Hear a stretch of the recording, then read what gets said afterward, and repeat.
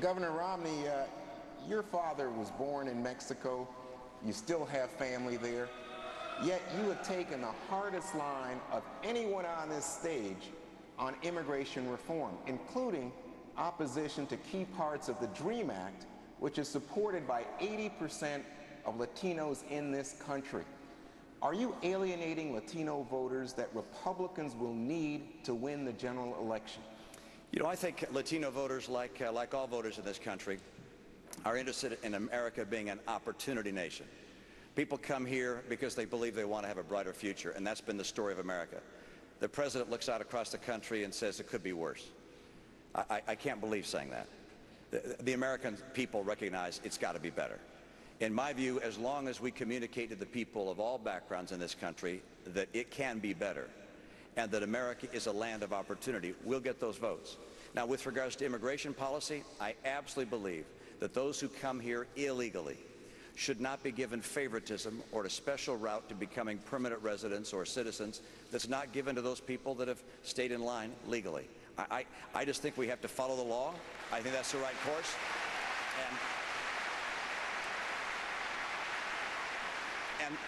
And I've indicated I would veto the DREAM Act if provisions included in that act say that people who are here illegally, if they go to school here long enough, get a degree here, that they can become permanent residents. I think that's a mistake.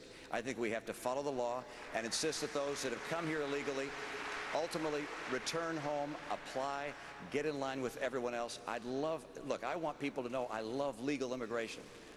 We're almost all of us in this room are descendants of immigrants or are immigrants ourselves. Our nation is stronger and more vibrant by virtue of a strong legal immigration system. I welcome that. But to protect our legal immigration system, we have got to protect our borders and stop the flood of illegal immigration, and I will not do anything that opens up another wave of illegal immigration.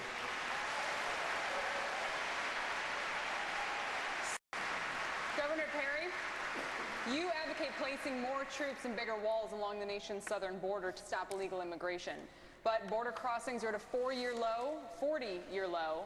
Illegal immigration overall is down substantially, and the U.S. has other pressing infrastructure and defense needs. Governor, wouldn't we be better off not spending any more money on border patrols and walls? Let me tell you, the reason that those crossings are at 40-year lows is because the economy of the United States is probably at a 40-year low, and the President of the United States needs to change.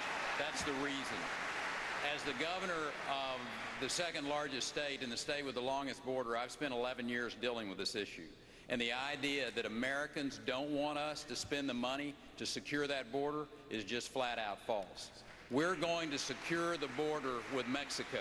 That means strategic fencing. That means thousands of National Guard troops on the border until we can train up those Border Patrol to be there. And it means Predator drones and other aviation assets so that we have the real-time information to flow down to those individuals that are in law enforcement so they can immediately respond to any activities that they see on the border that is either weapons related or drug related or illegal immigration that's occurring on that border.